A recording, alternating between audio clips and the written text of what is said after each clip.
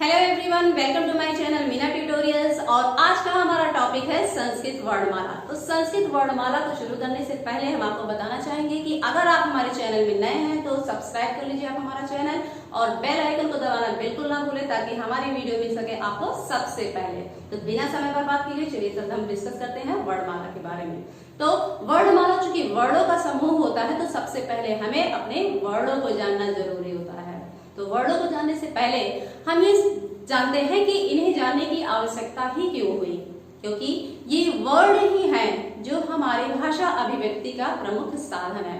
क्योंकि वर्ण के ही योग से शब्द बनते हैं और शब्दों के ही योग से वाक्य बनते हैं और ये वाक्य ही हमारी भाषा अभिव्यक्ति का प्रमुख साधन होते हैं।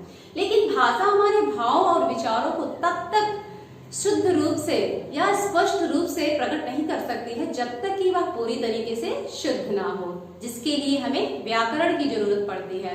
क्योंकि व्याकरण वह शास्त्र है जो भाषा के शब्दों को शुद्ध रूप और उसके प्रयोगों के नियमों का निरूपण करता है। हमारे भारतवर्ष की प्राचीनतम भाषा और मूल भाषा संस्कृत है जो कि देवनागरी लिपि में लिखी जाती है। अतः इनके वर्णों को जान लेना अत्यंत ही आवश्यक है। तो चलिए जानते हैं हम सबसे पहले वर्ण के बारे में। वर्ण किसे कहते हैं?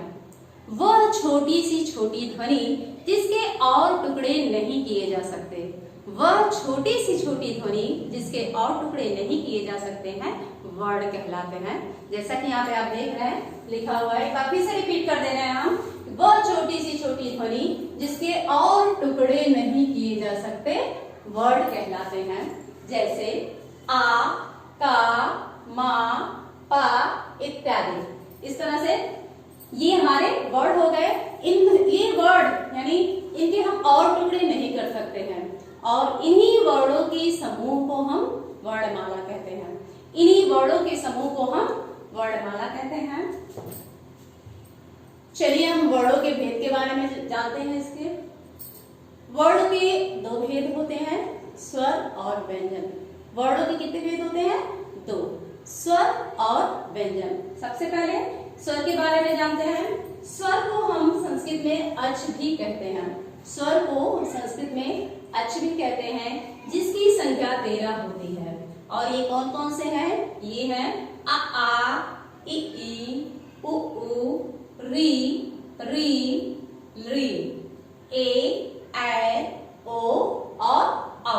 ये स्वर है, 13 स्वर हैं जिनको हम अच भी कहते हैं। सेकंड हमारा व्यंजन है। व्यंजन को हम संस्कृत में हल कहते हैं। इनकी संख्या 33 होती है जो क से लेकर हा तक होते हैं। इनको हम व्यंजनों के बारे में हम अपने वीडियो के नेक्स्ट पार्ट में हम इसका डिस्कस करेंगे। सबसे पहले हम स्वर के बारे में जान लेते हैं। हम स्वरों के वर्गीकरण के बारे में यहाँ पर जान लेते हैं। तो चलिए हम सबसे पहले स्वर की डिफिनेशन देखते हैं। उच्चारण समय और मात्रा के आधार पे भी स्वर 3 प्रकार के होते हैं। यानी स्वर के 3 भेद होते हैं, ह्रस्व स्वर, दीर्घ स्वर और प्लुत स्वर। ये इनके भेद होते हैं। सबसे पहले जानते हैं कि स्वर कहते किसे हैं। वे वर्ड जो बिना किसी वर्ड की सहायता के बोले जाते हैं वो स्वर कहलाते हैं। यानी स्वर का मतलब ये होता है स्वतंत्र, जो वर्ड स्वतंत्र रूप से बोले जाते हैं। मतलब उनको बोलने के लिए किसी अन्य वर्ड की सहायता की जरूरत नहीं होती है, उसको हम क्या कहते हैं? स्वर कहते हैं। जैसा कि पहले बताते हैं कि ये संख्या में 13 होते हैं। इनके भेदों को जान लेते हैं। ये 3 तरह के होते हैं। पहला होता है ह्रस्व स्वर, दीर्घ स्वर और प्लुत स्वर। तो सबसे पहले हम ह्रस्व स्वर के बारे में जान लेते हैं। ऐसे वर्ड जिनके उच्चारण में केवल एक मात्रा का समय लगता है। ऐसे स्वर जिनके उच्चारण में केवल एक मात्रा का समय लगता है वो ह्रस्व स्वर कहलाते हैं, जो कि संख्या में 5 होते हैं। इनको हम मूल स्वर भी कहते हैं, जो संख्या में कितने होते हैं? 5 होते हैं। और कौन कौन से हैं? अ, ई, उ, री और ली। इस संख्या में 5 होते हैं। इनको हम ह्रस्व स्वर कहते हैं और इनके उच्चारण में एक मात्रा का समय यानी बहुत ही कम समय लगता है। सेकंड स्टेप हमारा है दीर्घ स्वर। दीर्घ स्वर ऐसे वर्ड जिनके उच्चारण में 2 मात्रा का समय लगता है। यानी हमारे ह्रस्व स्वर के उच्चारण में जितना समय लगता है उससे दुगुना समय लगता है, उसको हम दीर्घ स्वर कहते हैं, जो कि संख्या में 8 होते हैं। और ये कौन कौन से होते हैं? आ, ई, उ, री। ए, ओ और औ, ये दीर्घ स्वर होते हैं।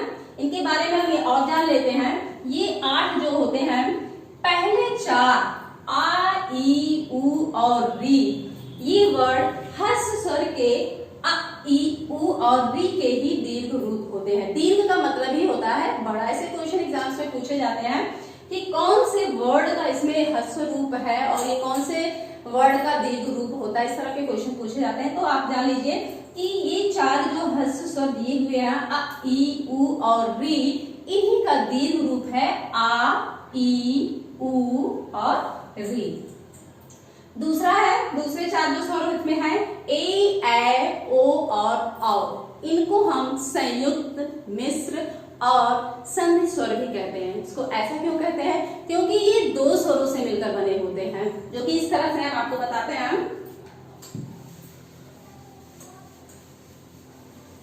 जैसे ए को हमने लिया, आ प्लस ई बराबर ए, ये बना हमारा ए। और फिर इसी आ प्लस ए बराबर ए बनता है। इसी तरीके से अ प्लस उ बराबर ओ बनता है और अ प्लस ओ बराबर औ बनता है। ये देखिए यहाँ पर, चूंकि ये 2 स्वरों से मिलकर बने हुए हैं, सबके देखिए ये 2 स्वरों से मिलकर बने हुए हैं, इसीलिए इनको हम संयुक्त, मिश्र या संधि स्वर कहते हैं। तो ये हमारा दीर्घ स्वर हो गया। जैसा कि मैंने बताया कि इसके उच्चारण में 2 मात्रा का समय लगता है, यानी ह्रस्व स्वर से दुगना समय लगता है। चलिए अब आगे बढ़ते हैं और जानते हैं प्लुत स्वर के बारे में। प्लुत स्वर जब किसी को दूर से पुकारा जाता है, या यूं कह लें कि ऐसे वर्ड जिनके उच्चारण में हमें दीर्घ स्वर से भी दुगना समय लगता है, तो वह प्लुत स्वर होता है। या जब किसी को दूर से पुकारा जाता है, तो जो अंतिम स्वर होता है उसको हम खींचकर लंबा कर देते हैं, उसको हम प्लुत स्वर कहते हैं। जैसे ओम, हे, अरे, ये प्राय संबोधन के लिए ही होता है। तो ये सारे हमारे संबोधन, और ये संबोधन चिन्ह के साथ होते हैं, इसको हम प्लुत स्वर कहते हैं। तो ये हो गया हमारा स्वरों का वर्गीकरण। ये पूरा हमारा क्या हो गया? स्वरों का वर्गीकरण। और जैसा कि मैंने बताया कि व्यंजनों का वर्गीकरण हम अपने वीडियो के नेक्स्ट वीडियो के वर्णमाला पार्ट 2 में करेंगे इसका डिस्कशन। तो यहीं पे स्वरों का वर्गीकरण हमारा समाप्त होता है। और अगर आपको यह वीडियो पसंद आई हो तो आप इसे लाइक करें, शेयर करें और सब्सक्राइब करें।